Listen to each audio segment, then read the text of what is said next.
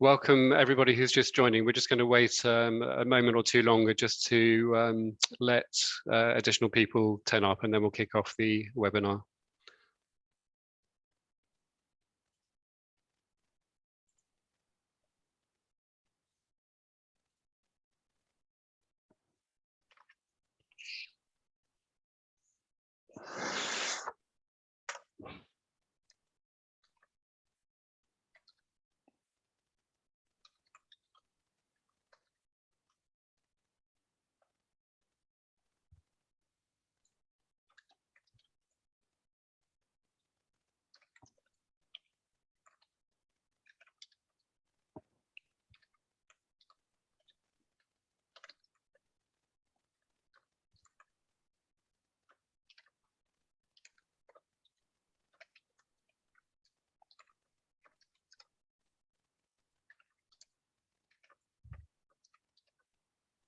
Okay, I think I can see, are there 6 people in the waiting room that need to be admitted?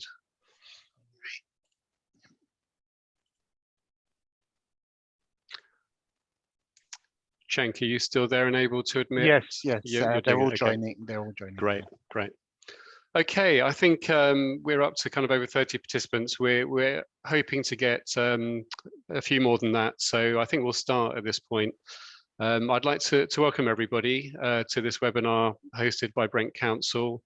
Just to let everybody know that the webinar is being recorded, so that if anybody doesn't want to have their face visible, please do stop your video at the bottom of your screen. Welcome to the webinar. So this is the final one in a series of webinars we've been doing at Brent Council under the title Welcome, a beginner's guide to the climate emergency. And we saved the best to last. The theme tonight is on nature and green space and biodiversity. For those of you who don't know, my name's Oliver Myers. I'm the head of environmental sustainability here at Brent Council. And for those who don't know, at Brent Council, we declared a climate emergency back in 2019, and we've committed to do everything we can in our gift to aim for net zero carbon by 2030. And we have launched our climate emergency strategy, climate and ecological emergency strategy back in 2021. And as part of that, there's a key theme on this agenda, which is nature and green space. And in that theme, we've committed to try and become one of the greenest boroughs in London by 2030. This event's also hosted by the Brent Environmental Network, and we're very pleased that we've now got over 1,000 signatories to the BEN. And I think one of my colleagues is going to post into the chat a link to how people can actually sign up and register to the Brent Environmental Network. And the whole purpose of the BEN is to try and bring together people in Brent from all walks of life who want to get involved in taking local action, either individually or collectively in their neighbourhood. So we really strongly encourage you all to join the BEN and get involved in helping us work together towards our targets. The other thing I'll mention is that recently we held another consultation called Let's Talk Climate, focusing on green space in particular, and the views from that have contributed to one of the key actions in our first year's delivery plan, which is a green infrastructure vision. So people can look forward to us publishing that, I think, very soon. It's a long-term vision for how we're hoping to connect all types of nature and green space in the borough to work towards that target of being the greenest borough in London by 2030. So we got a great range of speakers here today. I'll shortly hand over to them, to the first of the speakers, and I'll introduce them in turn. How this is going to work is that each speaker will do their slot of about 10 minutes, and they'll all be speaking from different perspectives, starting with national, moving down to regional, and then some local speakers. If people want to ask any questions, please post your questions in the chat. And we'll try and answer those as we go along by posting answers in the chat. And at the end of the final presentation, we'll have a Q&A session, and all the questions that haven't been asked in general and any particular answers to the panelists, we'll then seek those answers then. So please be respectful in your comments, as you expect at any meeting. The purpose of this is really kind of educational and engagement, and trying to kind of call people to action. So hopefully that's the spirit in which everybody is participating. And the final point is that subtitles are turned on should anybody require them, and you're able to switch these on or off depending on your preference. So thanks ever so much for joining. Cenk, can I just ask you, is there anything else that you would have liked me to say that I haven't said at this stage? Just to encourage you all, if you have any comments or questions, just to put them in the chat, and we'll make sure they're answered throughout the webinar. Okay, so we're now on to our first speaker. So I'm delighted to welcome Sarah Taylor, who's going to give us a perspective from Natural England. Over to you, Sarah. Great, thanks very much, Oliver, and thank you to everybody for having me here today. It's a great privilege to be here. So I'm going to start sharing my screen. Hopefully things will work okay. Someone let me know that's okay. That's great, thank you. Excellent, thank you. All right, well, I'm going to give that broad overview picture and in very short time, so 10 minutes, to talk about climate change, nature and us, and how interlinked these things are. And I'm so pleased to hear that Brent has that climate and ecological crises kind of together and interlinked. Right, moving on. So Natural England, if you haven't heard of us, we're an arm's length body from government, but we advise government on nature conservation. We're part of a sort of sister grouping with the Forestry Commission and the Environment Agency, and we provide independent practical advice based on science and evidence so we can best look after our natural environment. Our purpose is there on the slide, but our remit is very broad and very wide, but starting with sort of nature conservation and biodiversity, and conserving and enhancing all the things that we love about nature and landscape, but also thinking about how people access that and utilize that and enjoy our natural environment. So we have a broad remit, and there's a lot of integrated things that we need to think about. So on that theme, I'm going to talk today about what I do, which is climate change adaptation work for the natural environment and for people, and how these things come together very briefly. So I won't dwell here for very long. We know the trends and trajectories for climate change. We are seeing the changes that we have in climate all around the world, from extreme weather events, but also the trends of warmer summers and drier periods and things like that. And we know that our trajectory, when it comes to our projections for the carbon emissions that we make, they can go in a number of different ways. And it depends how well we do with looking after or with reducing our emissions as to what kind of trajectory we might be on. We also have lots of policies and legislation and aims and targets that help us, that are trying to help us as a global community work towards mitigating and adapting to climate change. This is about mitigating climate change, more about that in a moment. And it's really interesting to see that we've pledged a 1.5 degree overall global climate temperature rise, but we're already at 1.2 degrees temperature rise globally. This is the climate action tracker, which tracks our kind of trajectory when it comes to observed climate changes, but also tracks our pledges and intentions when it comes to minimizing those changes. So we're really close to that 1.5, and well, I won't have time to go into detail about this, but you can see that where we are with our policies and action, and even our kind of most optimistic pledges and targets, we're not really hitting that 1.5 degree target, and we're possibly missing that 2 degree target as well, or well below 2 degrees, which is what we're all aiming for to keep ourselves safe. So what that means is we've got a lot of work to do. It also means that the impacts that we'll see could be pretty large and wide-ranging, you know, around the world, and to us in the UK as well. And these things range from the direct impacts, so warmer, wetter winters, hotter, drier summers, all of those extreme events and flooding events that we see, maybe those increasing in frequency, changes in our natural environment as well. So there's lots of different impacts that we might see on our species and habitats. And all of that comes together and impacts us as well in our communities. And there's lots and lots of uncertainty as to what we will see in the future, and it depends how much we act.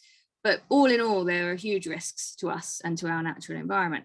And those climate and ecological emergencies are inextricably linked.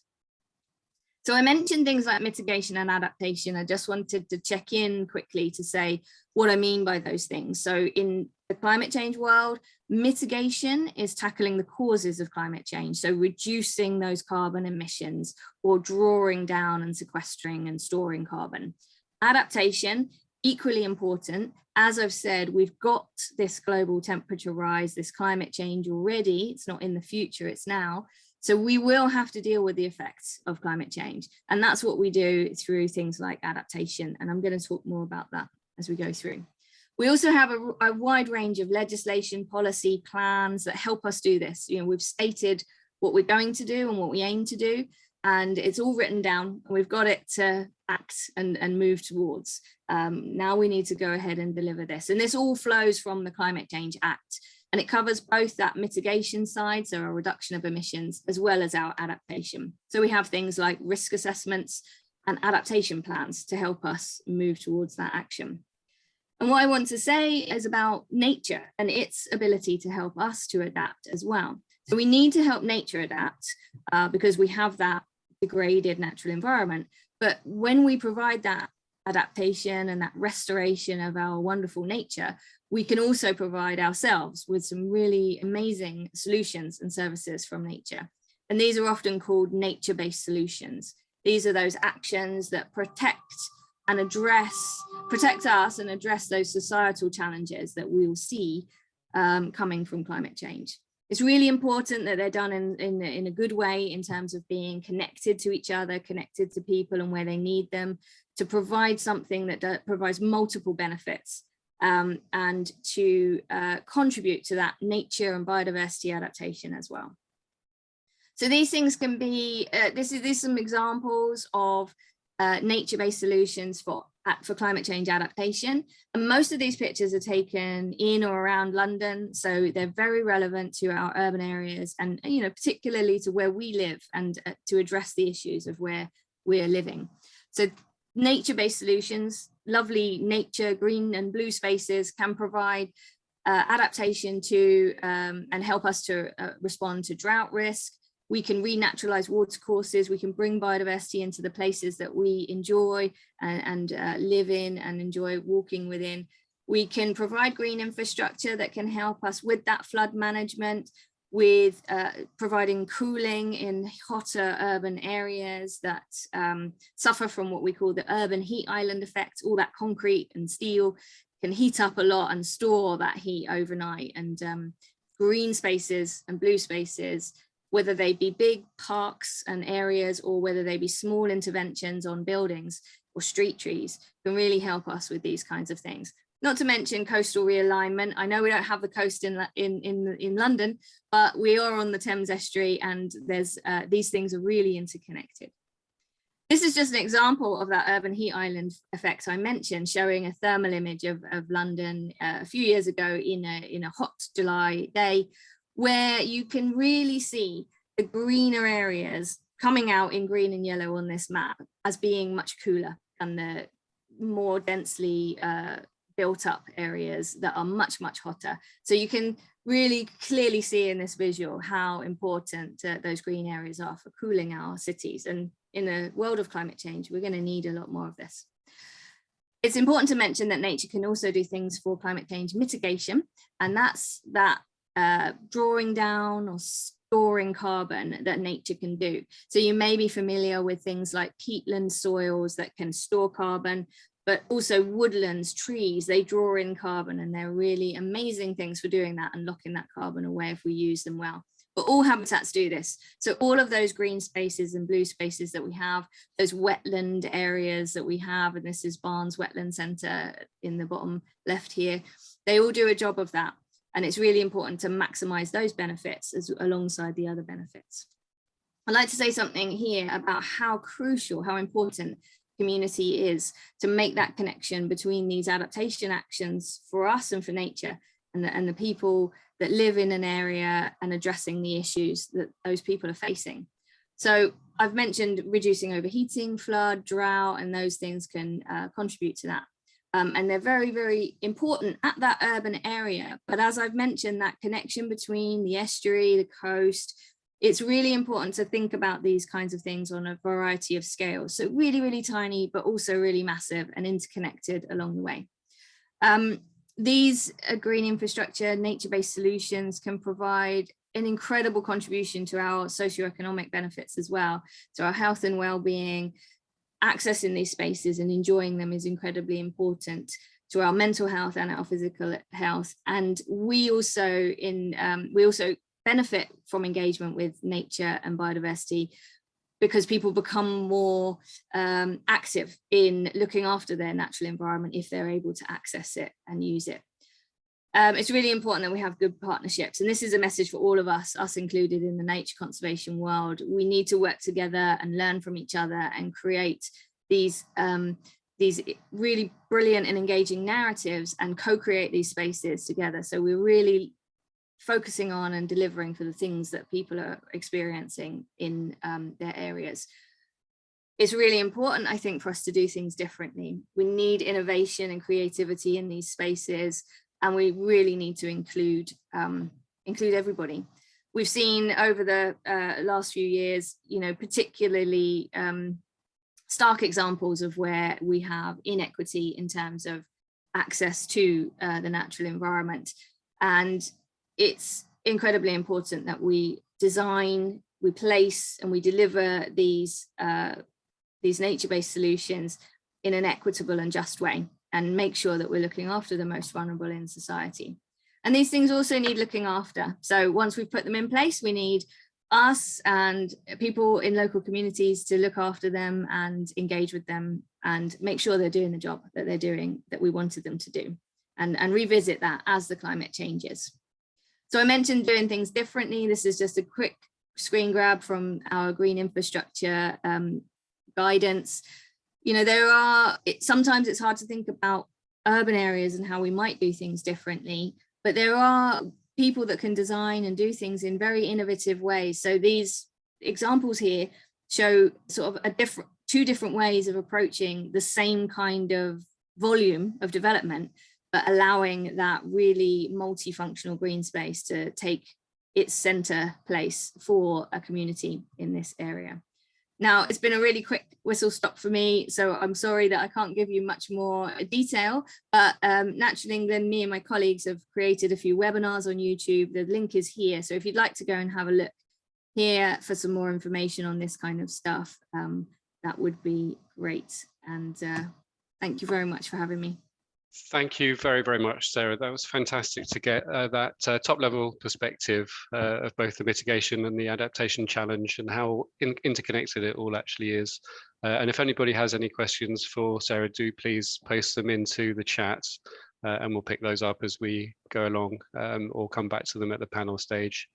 So I'd now like to welcome Juliet Young and Samantha Davenport, who both are going to join us from the Greater London Authority to give us a perspective on London-wide approaches. So welcome, Juliet and Samantha, over to you.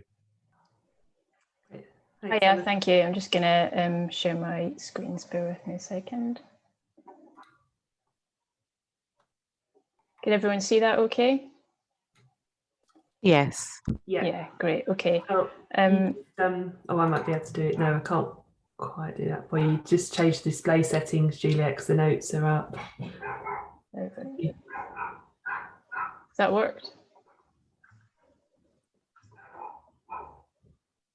No, you need to click on the display settings at the top, I think. Not that there's anything controversial in the notes, but just save everyone looking at the screen.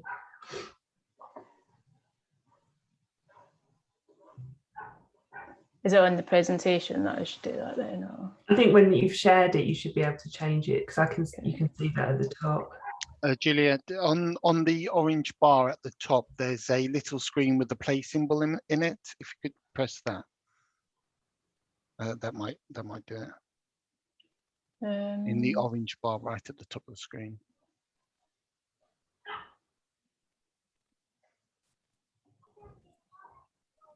Has that worked or not? I think it was okay before. If you just pressed from beginning, yeah, I think it was okay then. Okay. Okay, hi everybody. Yes, I'm Juliet Young, and today my colleague and I, Sam Davenport, we're going to be talking to you a bit about the kind of Greater London context. So we are from the Environment Unit, from the Green Infrastructure team. So we sit within the Greater London Authority. So I appreciate not everybody might know who the Greater London Authority is, but we're essentially created in 1998 after a referendum when Londoners voted in favour of a directly elected mayor. So Sadiq Khan's the current mayor, and 25 assembly members to represent London's interest, and the assembly helps to scrutinise their work. So the GLA has a role in many areas of London's life. You probably see our work every day. So as I said, we're from the environment team. We're going to talk about green infrastructure, and we'll explain a bit about exactly what that is as we move along. So just in terms of what we'll cover, we've just got a short session, but we're going to talk about an introduction to London's green infrastructure, explain what that is, as well as London's nature and why it's important. We're going to talk about how we're taking action for London's green infrastructure, move on to a bit on projects in Brent, and also how you can get involved. Thanks, Juliet. Well, so hi, I'm Sam Davenport. I'm a Principal Policy Officer in the same team as Juliet, and I work mainly on our biodiversity and urban greening work at the GLA. So I'm just going to run through now sort of the background to London's green infrastructure and what we've got and why we want to conserve it and make it better. So if you could pop us onto the next slide, please, Juliet. So I think sort of any discussion about green infrastructure and nature in London, we should start by sort of thinking about what we've got. And actually, by any standard, London is a very green city. Around 50% of its surface cover is green or blue. And that in part is really a large part thanks to really good approach to sort of planning for the growth of the city. So there's a really long history in London of identifying and protecting valuable green spaces, and that was initially very much driven for sort of public well-being. But then more latterly in the 1980s, London was at the forefront of sort of the urban nature conservation movement, and so boroughs across the city started to identify places for wildlife that were important and to conserve and protect those as well. Next slide, please. So interwoven sort of in all of that green and blue cover are really important places for wildlife. So there are about 1,600 sites of importance for nature conservation across the city. So these are sites that are identified by all the London boroughs following guidance that's produced by the mayor against set criteria that are selected because they're important for wildlife. So they include sort of more typical places you might think of, like these ancient bluebell woodlands or heathlands, but also other places like railway corridors, which are really important for connecting these sites. And about 14,000 different species of wildlife have been recorded in London. Next slide, please. So Sarah touched on in quite detailed about sort of the benefits we get as city dwellers from this kind of green space, and we call it green infrastructure because that recognises that sort of the benefits we get in terms of our mental health and well-being, helping to clean the air, manage floodwater, are actually as essential for Londoners as the grey infrastructure of the pipes and the roads and sort of the digital networks that we need. And this green infrastructure is going to be really critical to help the city adapt to climate change for many of the reasons that Sarah mentioned. So you can just go on to the next slide, please. But it's not all perfect. Sorry, they've all come up together, but we've got some challenges. So the map in the top left-hand corner shows sort of what we call areas of deficiency to green space in London, and essentially what you need to take from that is the pink areas are places that, according to sort of targets and standards, that there's not enough good access to green space. And it's actually our Black, Asian and minority ethnic communities and our communities of sort of lower income groups that are most disproportionately disadvantaged from this. So it's not just an environmental issue, it's a social justice issue as well. The polar bear in the top corner there represents climate change. So we know the city is sort of expecting some quite significant impacts from a changing climate that we'll have to deal with, mainly warmer, wetter winters, so more increase in sort of surface water flooding that we're seeing over the last few years, but also more extreme heat. The little chap down in the left-hand corner, that's a tree sparrow to represent sort of the issues, the national and global issues there are around declines in biodiversity. So whilst London is wildlife rich for a capital city, unfortunately it hasn't escaped some of these declines in biodiversity. And tree sparrow, for example, have recently gone extinct in the city for very complex reasons. Their decline nationally isn't really fully understood, but a changing climate will exacerbate some of these reasons.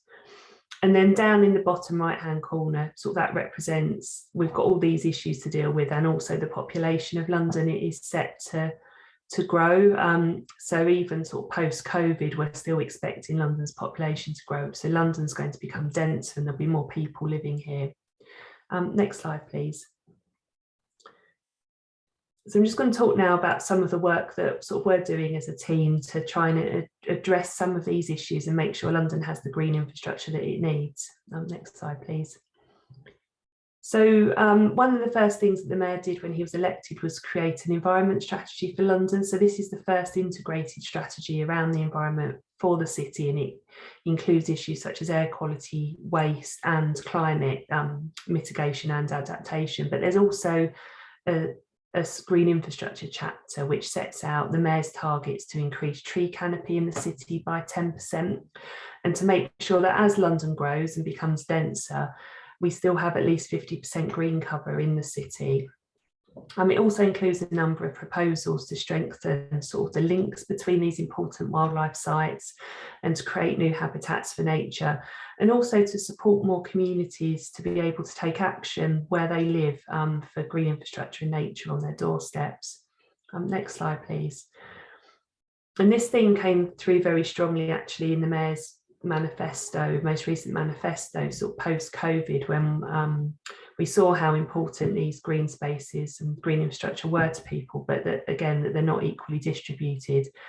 And so the Mayor pledged that no Londoner should live further than a 10-minute walk from a local green space. Next slide, please. So some of the ways that we try to deliver sort of increasing the amount of and the quality of London's green infrastructure. One of the ways rather is through the London Plan, which is the city's spatial development framework. So it sets the context for how development happens across all of the London boroughs. So it includes a number of policies that protect green space, so sort of formal parks and these sites of importance for nature conservation that I mentioned. But it also includes a requirement for developers to deliver net gain, so overall improvements for biodiversity on sites, and also to deliver minimum levels of new greening, such as this is an example of a roof that's been designed for biodiversity by London Wildlife Trust that's got on top of a new building in the city, that's also sort of a place that people can access and enjoy nature. Next slide, please. The Mayor also runs a number of sort of funding programmes to support land managers like boroughs, but also local communities to take action. Actually, today there was an announcement from the latest funding for the Rewild London Fund, which was a fund that was open for people to put projects together that would support our most important sites for nature. And projects that have been funded through that includes a water bowl reintroduction on a watercourse where this animal's been extinct from a few years now, and also projects like the one on the right there, which is supporting new meadow creation. This is in parks in Southwark, where they're working with butterfly conservation to create more wildflower areas to support sort of populations of London's butterflies. Next slide, please. The Mayor also runs a number of what we call community grants programmes. So these are programs that people can bid into, sort of constituted groups and charities, for projects to help green the city and green their local environment, or to do tree planting, for example. And in our last round of this funding, we prioritised projects that were in areas of the city with bad access to green space, and also where the areas were particularly vulnerable to climate change. And this supported projects such as this one here, where the group are working to sort of green the grey by taking up paving to create a green walking and cycling route, but also to manage surface water. I'm going to hand over to Juliet now. Thanks, Sam. So just continuing the theme of our grants, we also have grants that fund kind of larger projects like park restoration projects. So I'm just giving a couple of examples of park restoration projects here from our Green Capital grant programme that ran a few years ago. So the top image there is of Beckenham Place Park, which is in London Borough of Lewisham. So funding helped to kind of restore the lake there, part of the wider restoration of the landscape, creating obviously a habitat for wildlife, but also helping to create a space that people could use to both for kind of wild swimming and water sports. At the bottom, we've got Albany Park, which was a river restoration project. So bringing the Turkey brook back into the park, creating this kind of nice feature, but also, you know, a great habitat for wildlife, but also acting as a space that can store water during flood events and helping to reduce flood risks downstream. Another strand of the work we do is around green skills. The Mayor recently brought forward a package of projects to help support Londoners build the skills they need to address challenges like climate change. So that's helping to kind of make the park managers and green space managers of future able to kind of design and manage their parks and green spaces to be resilient to the climate emergency, but also help support better support wildlife, given that we're also in that ecological emergency. We're also providing support for the London Wildlife Trust Keeping It Wild apprenticeship programme. That is a programme designed particularly for young people to essentially inspire them to get interested in the natural environment and hopefully take forward a career in that.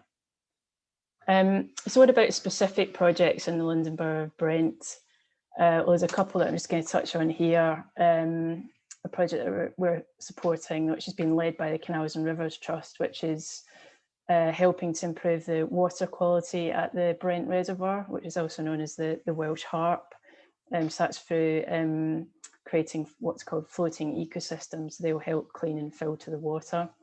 And we're also working with London Borough of Brent and Barnet and other partners to help create a shared vision for the Welsh Harp or the Brent Reservoir. So it's a space that can really come together and do the best it can for people and nature.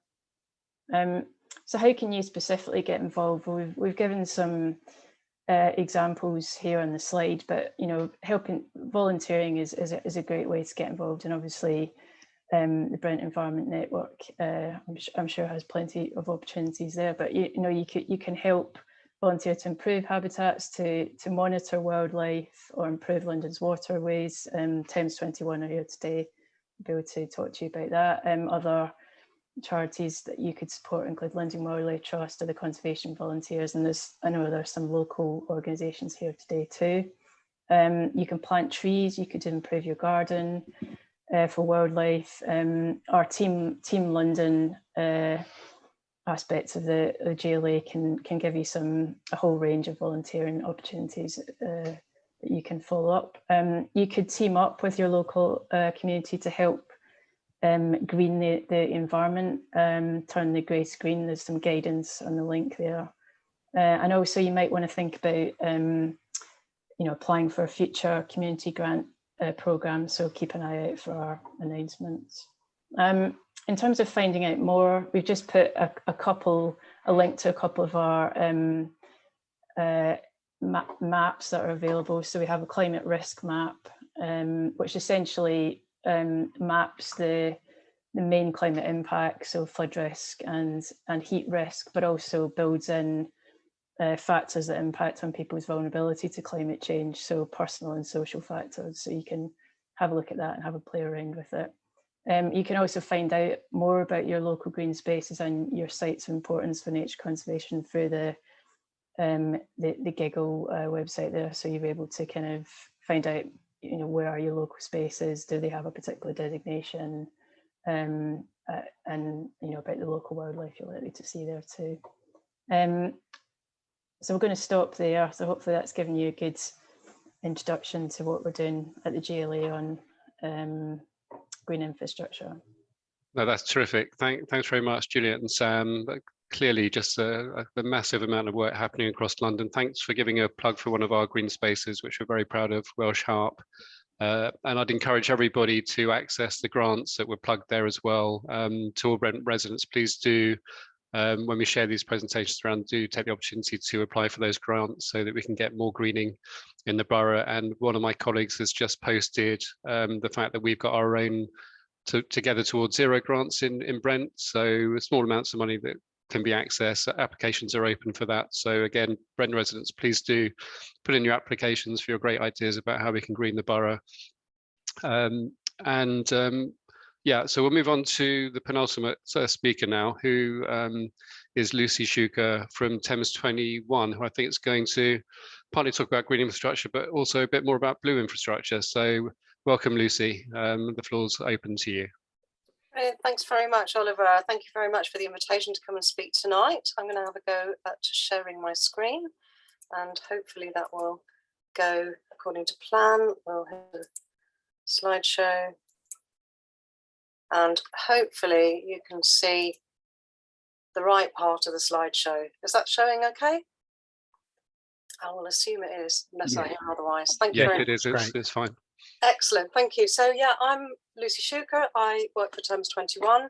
I'm the Catchment Partnerships Development Manager, and I've been Catchment Partnership Manager for the Brent, the River Brent, through all the boroughs that it flows through for the last about 4.5 years now. So I'm going to talk to you a bit more about the river spaces, about the River Brent in Brent. I'm really excited to be doing that because I've been longing to for a while actually, and I've just been so busy we haven't had a chance to really find the opportunity. So I'm delighted to be able to do that tonight. So what we do in Thames 21 is we get involved in looking after and the rivers and the water environment, and helping to connect people with their local rivers and to understand better about the pressures of not only development, which is obviously happening all around the city, but climate change and the pressure on the water environment.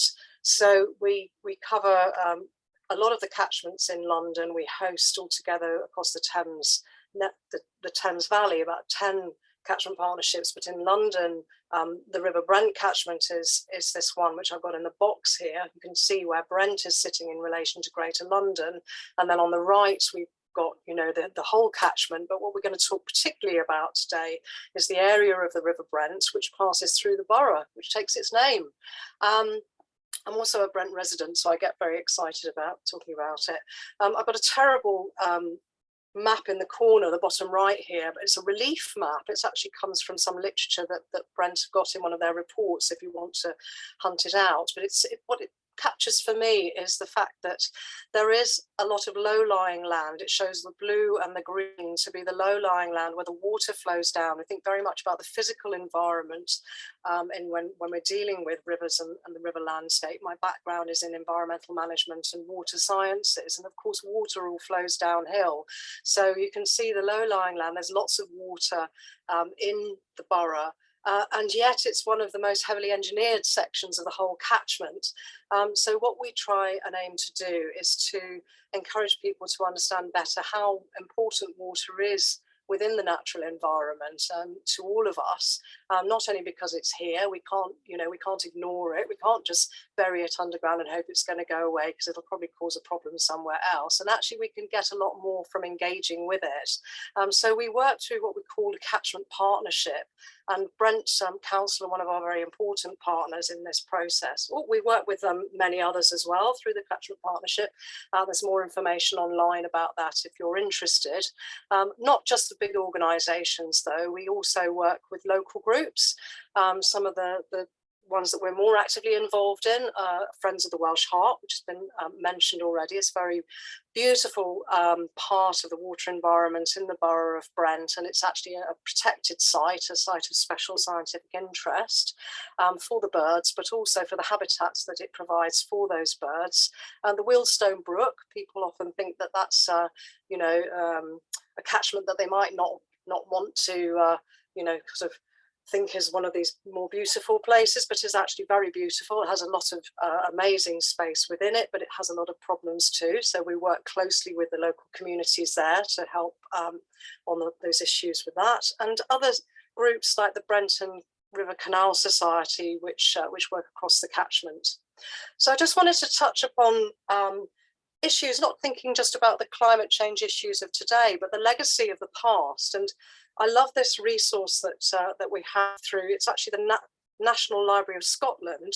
There's a web address here at the bottom, and you can access maps, historic maps, and look at them side by side. So we can see that the one on the left is an image of the area around Brent. It's this window that's on the map, the catchment view that I showed a minute ago. I can see the Welsh Harp Reservoir here, still there in the corner.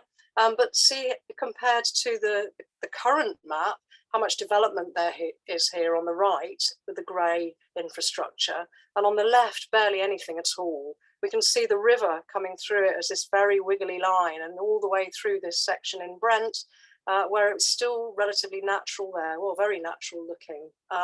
So there's been a lot of change that's happened, and that's put pressure on our water courses, and it's changed the whole hydrology of the catchment and how the water passes through our landscape.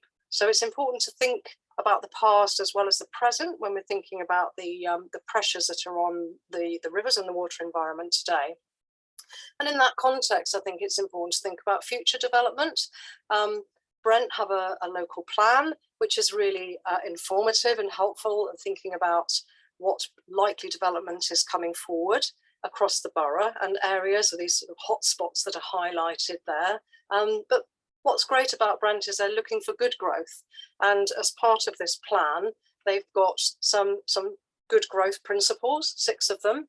I've picked out this one, number 5 here, which is about increasing efficiency and resilience. There are some really relevant issues here in relation to the climate change mitigation, which was highlighted at the beginning about reducing carbon emissions, but we're also having to obviously think about adaptation, and reducing the risk of flooding is very important. It has a big impact on people's lives. Reducing surface water runoff as well, and reducing actually the amount of water that we consume can also help to contribute to adapting and reducing the impacts, creating more resilience around the situation that we're seeing, with the changes around us. People often talk about climate change, and in the same breath, it's very much linked with carbon and greening and planting trees. We hear a lot of, and yes, that's very important. But it's important that it's the right trees in the right place, the right development in the right place, the right action in the right place, and also to think about how that relates to, in this case, the water environment, because the impacts that we're seeing are often very much related to flood and drought. So it's important that we think a lot about the water situation. Greening the built environment is another one that I've highlighted here. Street tree planting is an important part of that. And of course, we can't have a green environment without there being water there. So the blue is integral, and that's nicely picked out by the last point there about enhancing the capacity of the existing green and blue infrastructure, because of course, not only does that enrich our lives and enable more recreation, but it also supports all important biodiversity and climate change. And we know there is a lot of biodiversity within even our most urban catchments. it's really important along the river to, kind of recognise that often the rivers are hidden, but if we actually take the time to stop and look a bit more closely, we can see herons, we can see kingfishers in Brent, we can see little egret, up at the Welsh Harp also, great crested grebe, swans, numerous beautiful birds, swifts have been mentioned in the chat, there are swans. There's so much to see and enjoy, and all of the nature that they need as part of that ecosystem to survive is all being supported by this, the environment and the water that's in there to support the habitats. So what are we doing to help all this go forward?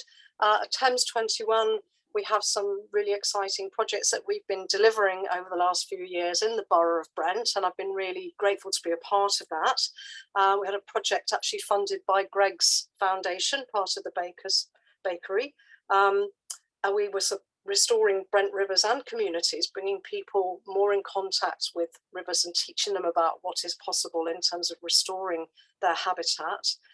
We've got an exciting project as well that's underway still, the Brent Riverside Connections project, that we were very grateful to be able to draw, to be awarded some funding from the NSIL, the Neighbourhood Community Infrastructure Levy funding that comes via development through the council, and we're working closely with the council and Canal and River Trust to realise a walking route between Wembley Park and the Welsh Harp to get people to walk along the river, improve views of the river, etc. So there's an awful lot that we're doing, and you can find out a lot more on the Thames 21 website about all of that.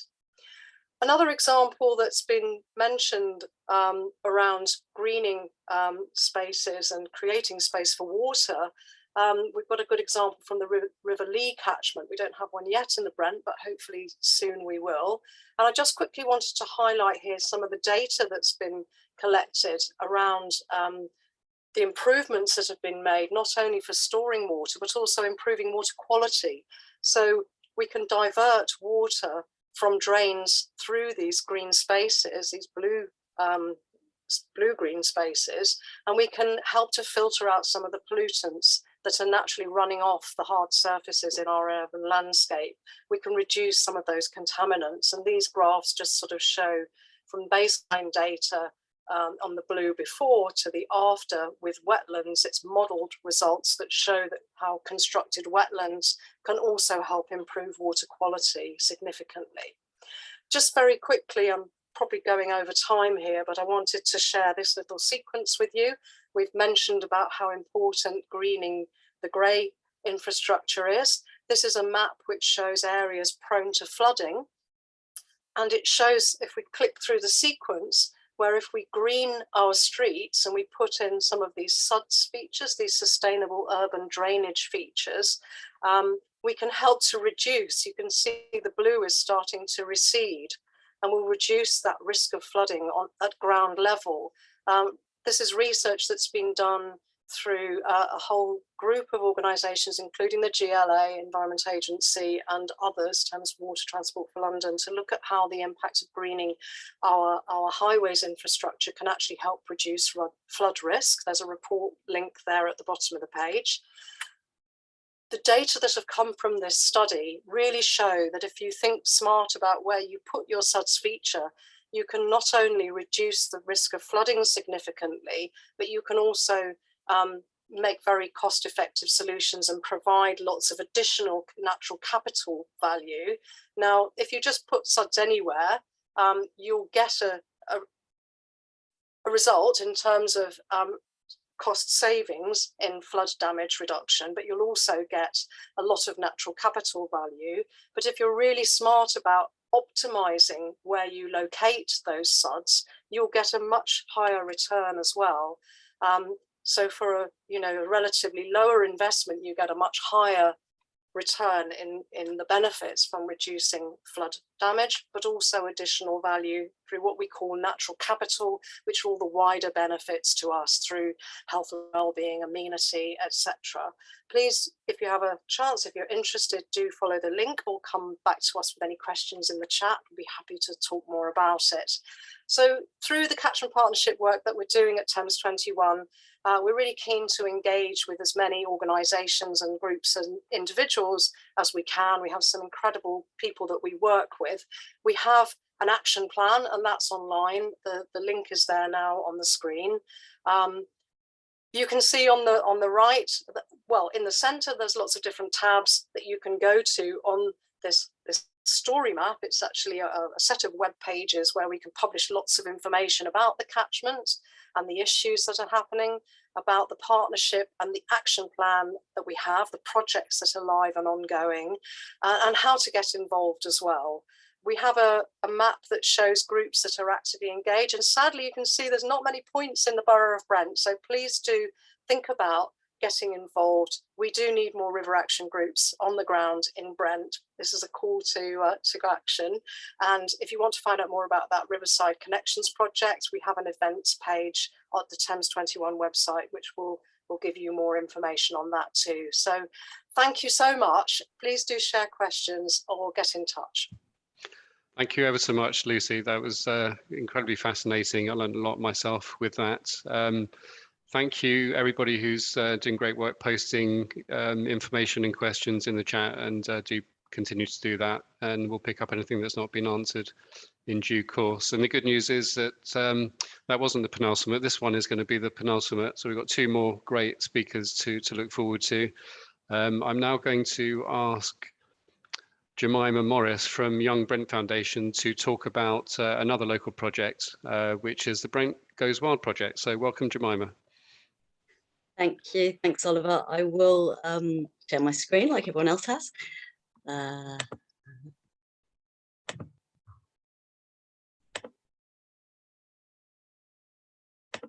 Is that showing it okay? Yes. Thank you. So hi everyone, as Oliver said, I'm Jemima and I work for Young Brent Foundation. We're a member-led organisation of around 200 small community organisations who are all working to improve opportunities for young people in Brent and provide activities. We provide training, enable sort of sharing of resources, provide network events, and one of the other things we do is help coordinate funding bids to bring more funds into the borough. And that's what I was going to talk about today. One of the projects that we have done called Brent Goes Wild, where we've pulled together a partnership of organisations who are all looking to increase awareness of science, technology, engineering and maths activities. It's particularly aimed at those young people aged 6 to 14 who are currently underrepresented in those areas of subject areas. This project has ended up becoming very much about environmental issues, climate change, and really getting young people outdoors, exploring open spaces and conservation areas in Brent, and really connecting with nature and understanding the environment around them. So it's been funded by NSIL. I think Lucy mentioned that already, that they've had a project funded through Brent Council's NSIL fund, and it's due to finish soon. It's been going for about a year and a bit, so unfortunately it went through some of the harder times in COVID, but we've managed to engage over 400 young people to date in this project. We work through, as I mentioned, community organisations. So we've had 9 community groups in Brent involved. So hopefully some of you on this webinar will recognise some of those organisations. And the projects have ranged from connecting with nature, growing vegetables and understanding more about soils.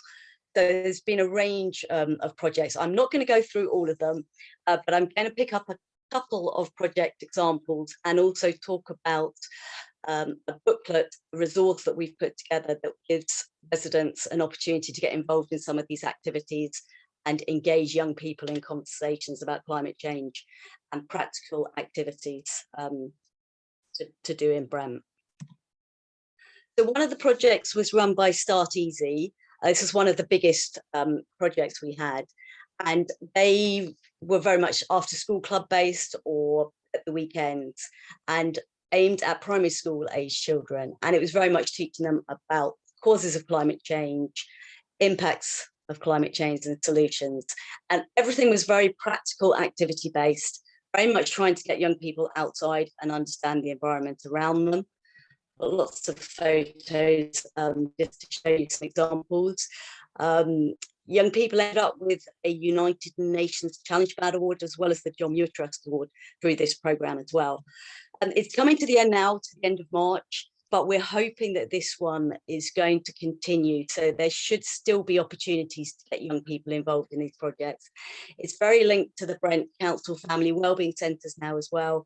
So when they do have more funding in place, this project will continue and has really helped inspire and engaged over 100 young people and families in practical activities, which I'll mention some of the actual activities a bit later.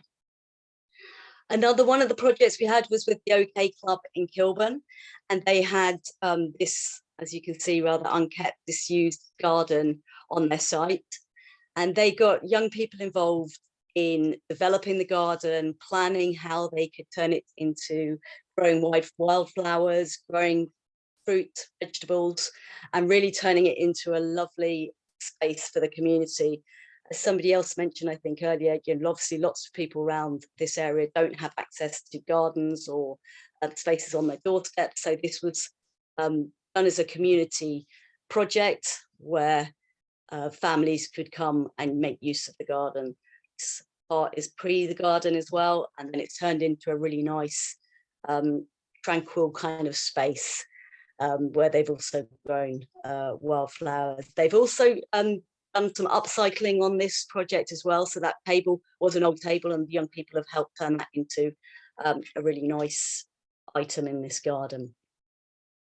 That was another example of one of the projects. This is also Phoenix Rising, who have done a great job on litter picking activities with young people. And all these projects also have gone to the Welsh Harp to explore mini beast hunts, to get to know the habitat around them, do pond dipping with Thames 21. So we're really grateful for their work on this project as well. And it's really helped engage young people and explore the nature on their doorsteps in Brent.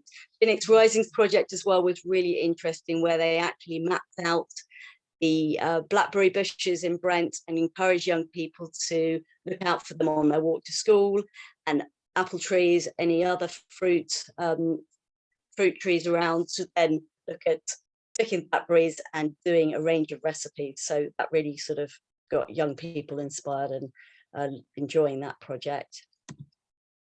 So one of the ways of, I think it would be great to get this out there to residents, and particularly parents, teachers and other organisations in Brent who are working with young people, is we've pulled together from all these projects the kind of activities, practical activities that really engage young people the most in getting out, enjoying nature and exploring the environment around them, and also having a number of recycling projects and other practical solutions that they could take away to help with climate change in their area. It's on our website. We've only put it on there sort of 10 days ago, and so far the feedback's been really good for this resource. So we'll send the link out on this presentation at the end as well, and hopefully you'll be able to share it widely. The activities are broken into 4 areas. So exploring activities, art and creativity, experiments, and gardening and pollinators. And they're all activities that have been done in Brent on your doorstep, so you don't need to go far to do them. Every activity has an objective of what it's trying to achieve, to help parents and carers, others, talk to young people about this kind of activity and what the objective of it is. So the first one actually says it's about a silent circle and encouraging young people to be in a green space and just be quiet and listen to their surroundings and hear what's around them, what kind of birds are out there, what's in that area. I know the organisation who posted this, put together this activity, actually went to the Welsh Harp and did that. And there's photos of throughout of young people in Brent doing these activities.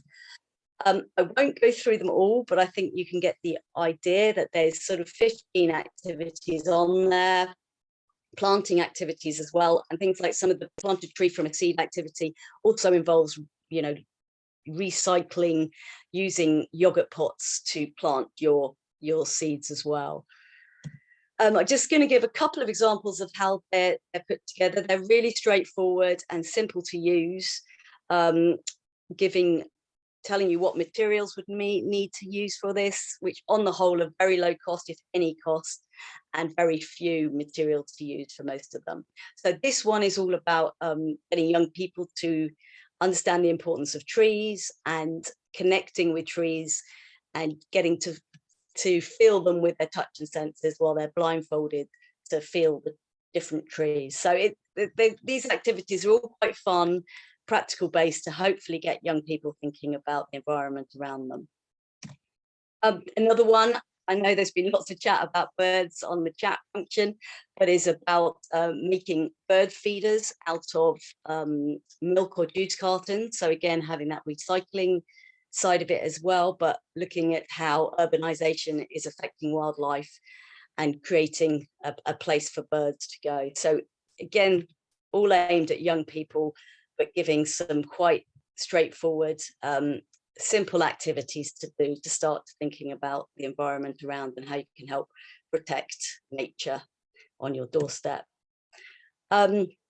This one is about pollution and sort of starting to think about the pollution around Brent. I'm going to say Brent because it's obviously Brent based, and again using paper plates and creating something where with Vaseline to leave outside for a couple of weeks and put them in different areas and to see where there are the most pollution particles that you've caught in your paper plate. So there's lots of fun different activities to do on this, and we really hope that everyone gets an opportunity to look at it. It also has a lot of them there about the Welsh Harp and getting people out and about in spaces in Brent with links to every site. So I'm going to stop there because I don't know how long I've gone on for, but hopefully that's a really practical toolkit to engage young people in activities. Thanks ever so much, Jemima. That was perfect in length and content and really inspirational. It's so great to see all that great activity from the next generation who are obviously going to be impacted the most. And we're helping them to reconnect to nature, which I think is really, really important. Can I just ask before I introduce the final speaker, could people start to pose their questions to the panel as a whole or to a particular panelist now? And then when at the end of the next presentation, we'll collate all the questions and put them to the panel. So please do. I know a lot of questions have already been posted and have been answered. If there's any burning questions anybody has, please post them in now, and that'll be your opportunity to get your question answered before the end of the session. So the final speaker tonight is another local project, which I believe is award-winning. So please do feel free to give your project a plug with the award that you received, I think, quite recently. So I'm going to hand over to Verinda Lobo to talk about the Barnhill Conservation Group. Over to you, Verinda. Thank you, Oliver, and hello, everyone. My name is Verinda Lobo, and I'm the secretary of the Barnhill Conservation Group. I hope everyone can see the slide I'm sharing and just bring up. Yes, we can. You can. Okay, lovely. Okay, so we'll begin with what is biodiversity, and in simple terms, it's the number of species present within an ecosystem, the variety of plant and animal life in the world or in a particular habitat.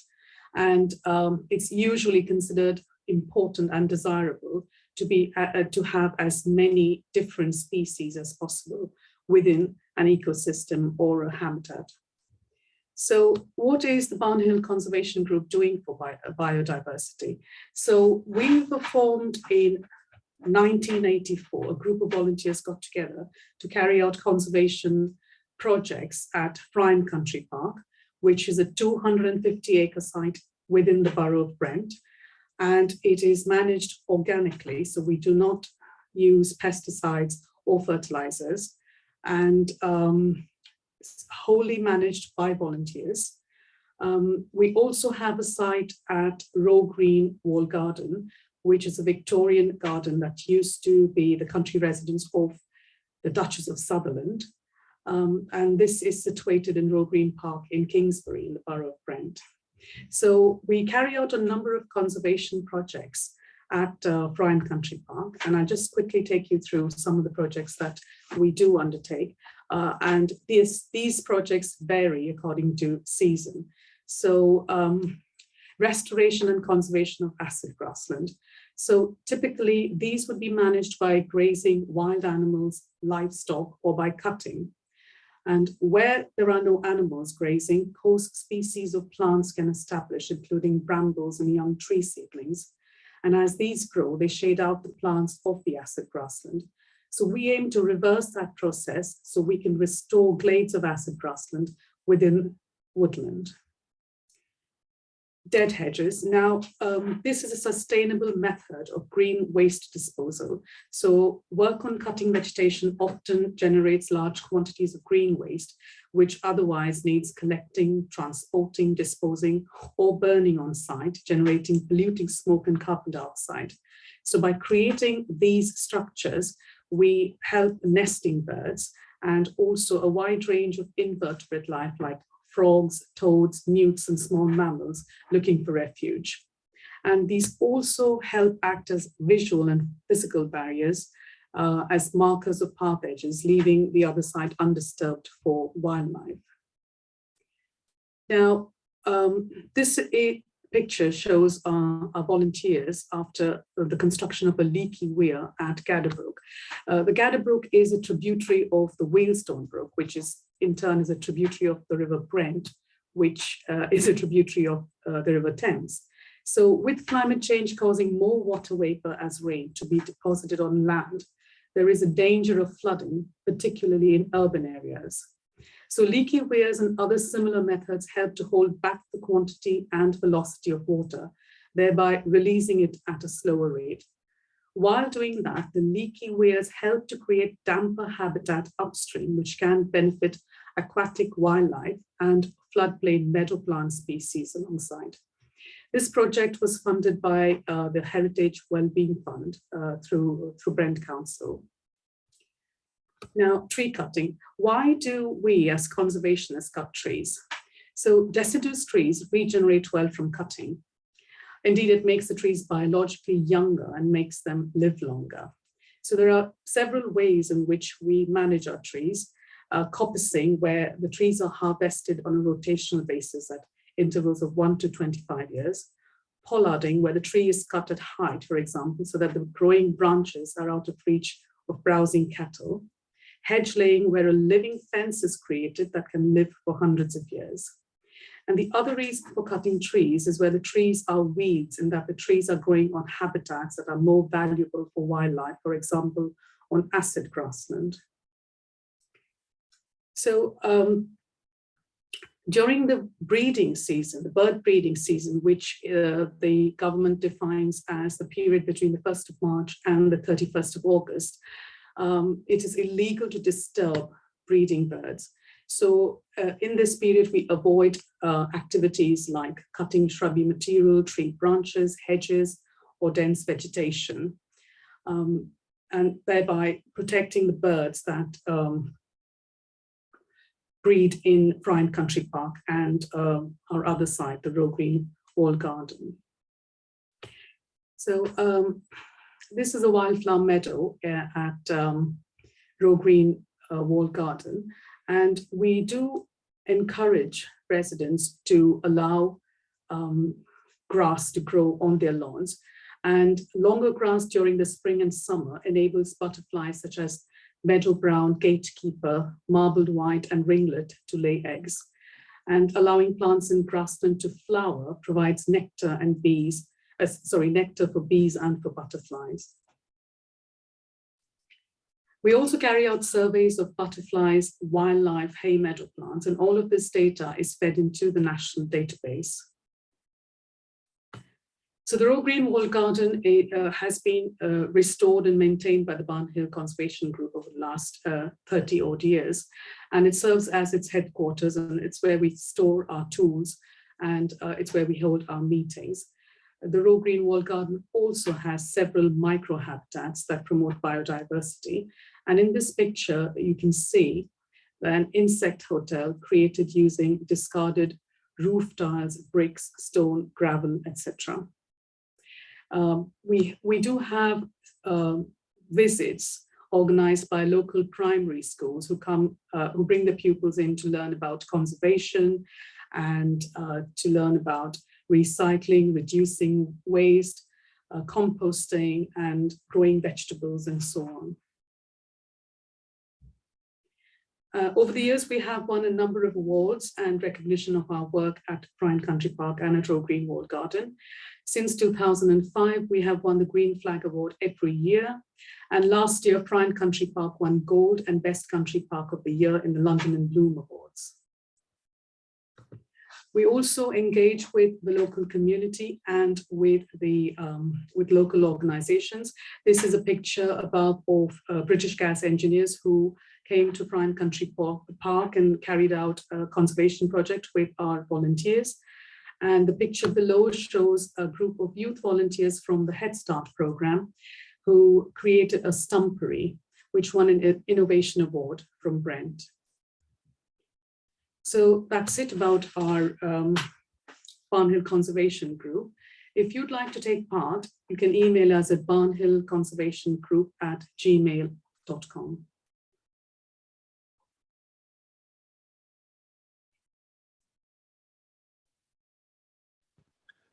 Thank you, Verinda. Sorry, I had a bit of a functionality issue with my mouse for a second there. That is terrific stuff. Really, really impressive. And please do join with the work that Verinda and her colleagues are doing there to keep up the great work of those projects. So that brings us to the end of our presentations. I'm going to now ask a couple of my colleagues whether there are any questions that have been posed that we can put to our panel. So either Nadia or Cenk, do you want to come in? And we'll move on to the panel stage. Yeah, so there was a couple of questions from Mike for Sarah. I think you're just dipping in and out a bit, Nadia.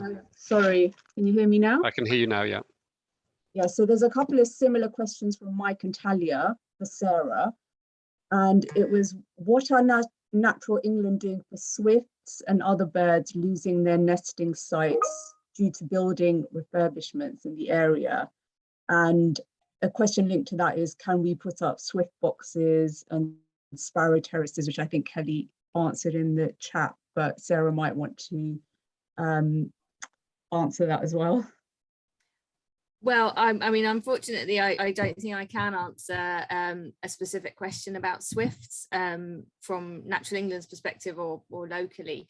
But I know that my sustainable development colleagues will be,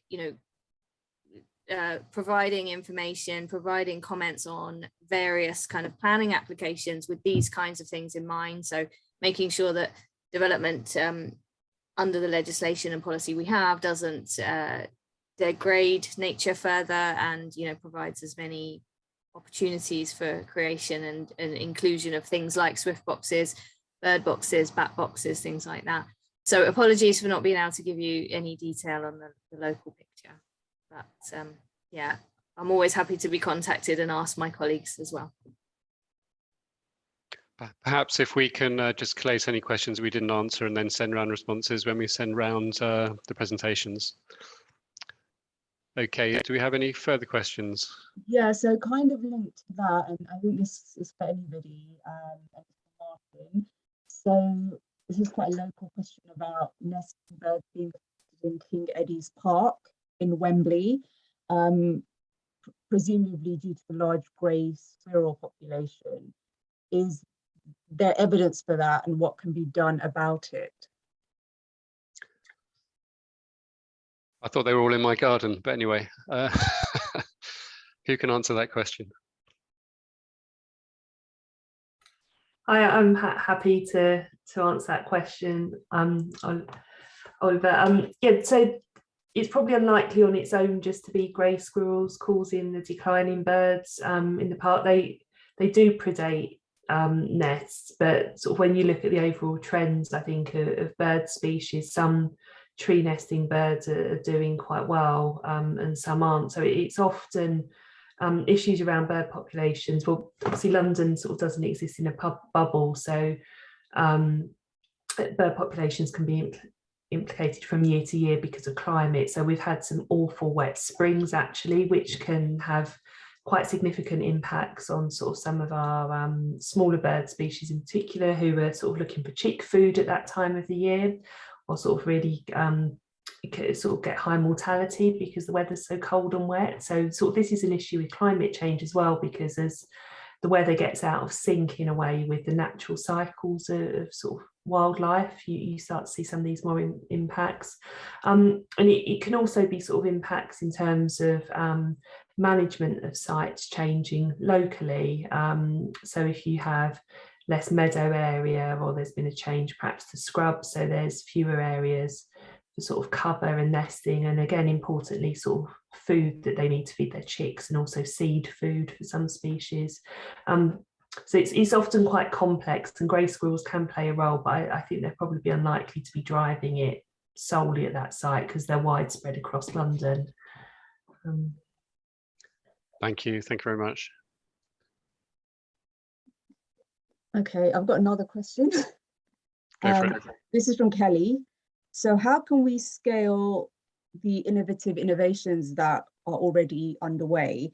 And what role does nature connection play? And this is an open question for all of the panel.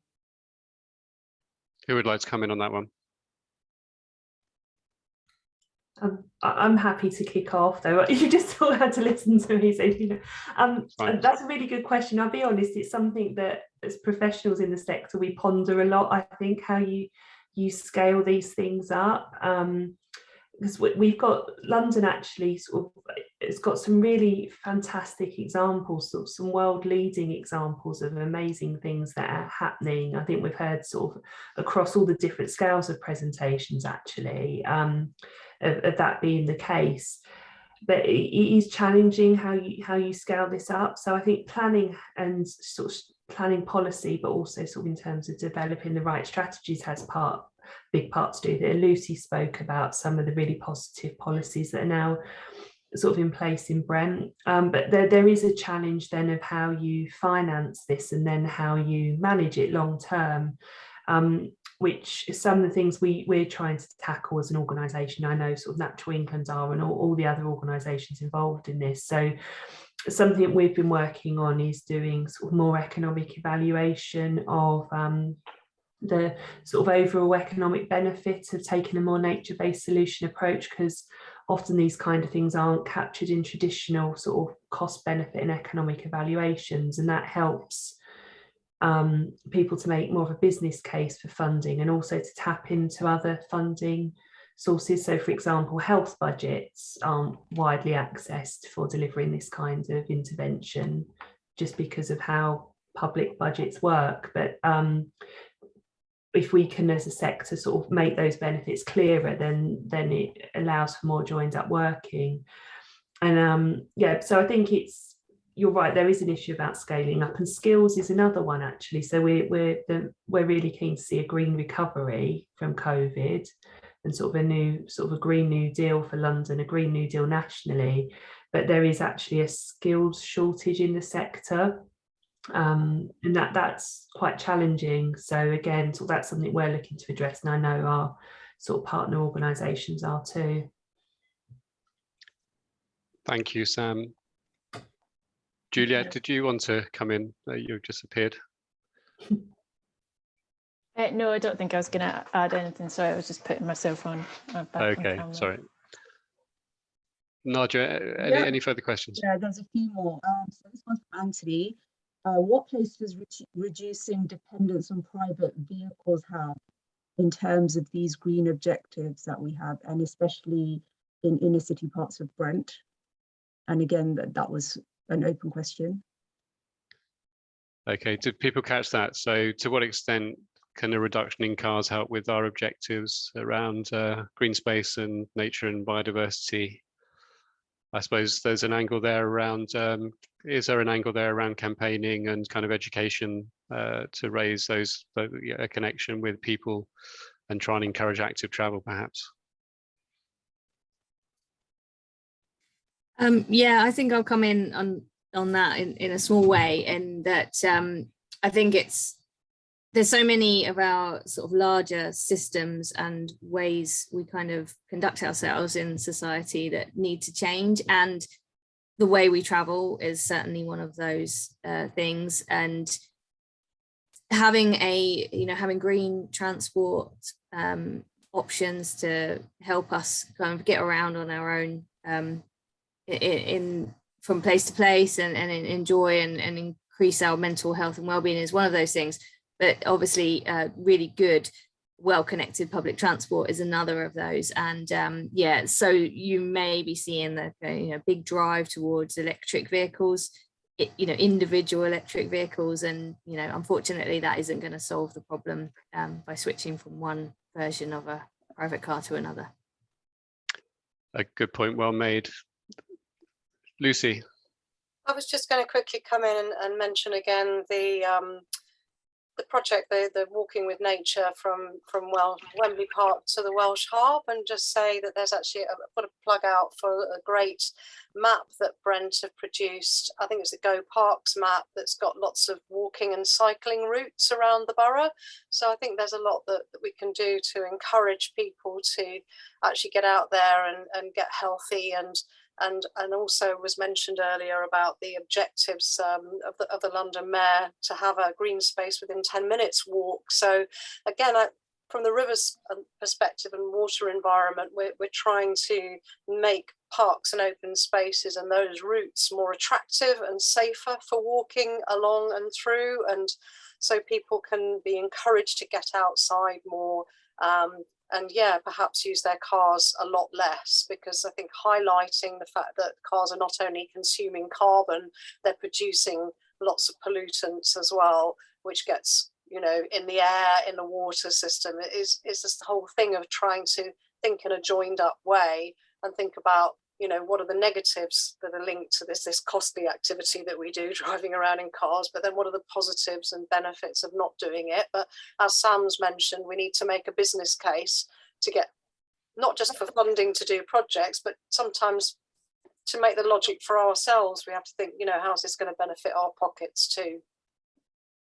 Thank you, Lucy. And just to come in at a London level, the Mayor's kind of introduced the ultra low emission zone, which as of October last year was kind of extended to the the north and south circulars as well. So that's essentially a kind of key policy to incentivize cleaner vehicles and reduce kind of car use, which is key in the move towards net zero. Sure. So Nadia, are there any final questions? We've got kind of literally 2 minutes left, if there's any kind of final questions. So a question from Mike for Jemima.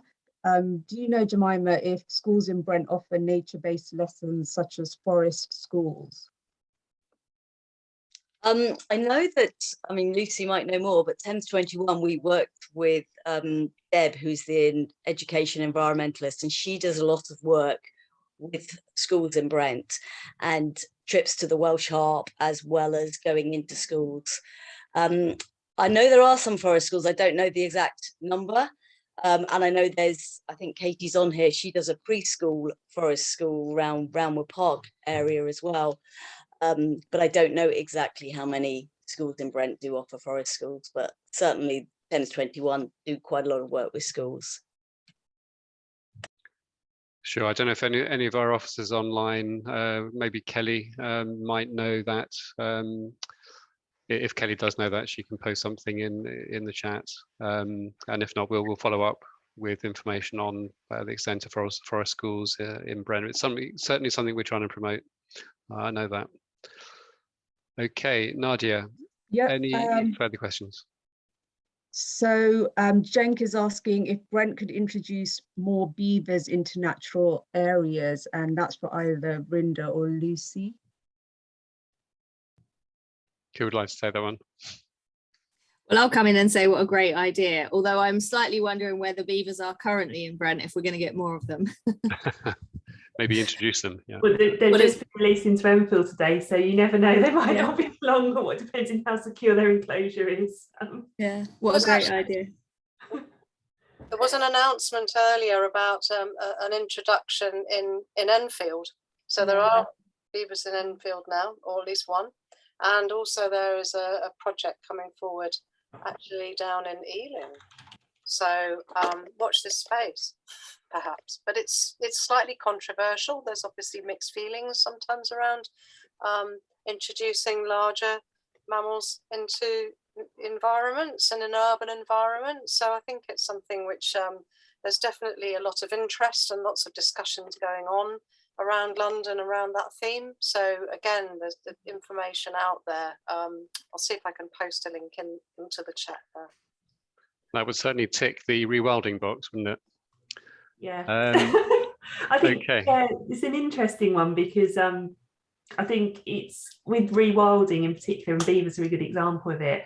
It's making sure, I think, that the case for introducing them is right, because they're what we call an ecosystem engineer. So them going around sort of chewing the trees create some of these leaky dam equivalents that we were hearing about, that like the volunteers are having to do manually. So sort of they engineer on our behalf naturally, which can be great and create some really brilliant habitats. But I think there's always a worrisome or a risk. You have to be putting animals in the place for the right reason, because the time and your money, talking about the scaling up, actually, the time and the money you spend doing that, would it be better spent on something else? But I expect we will see many more beaver reintroductions around London in the coming years, and probably some making their way here on their own as other introductions sort of that they escape from their enclosures elsewhere, probably.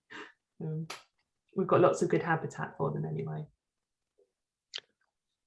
Okay, I think we'll draw a line on it there. We're coming up to the close now. If anybody does have any further questions for anybody, please do everybody stay connected. Do respond to kind of the links that have been posted. We'll send everything out in terms of the presentations.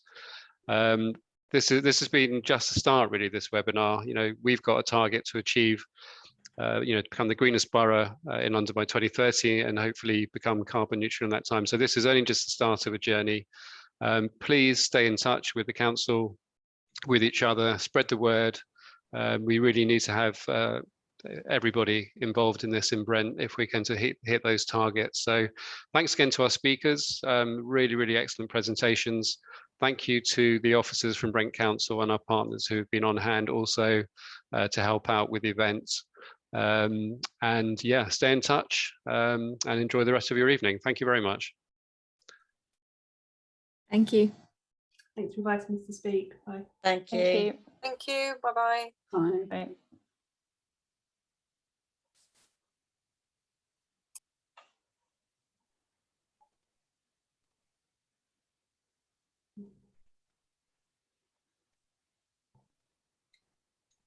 Okay, I'm gonna end the meeting now for everybody. Thank you all. Thanks, Cenk. Thanks again, Thanks, everybody. everyone. Thank Stay you. in touch. Bye. All right, That was thanks. really Bye-bye. interesting. Bye. Bye.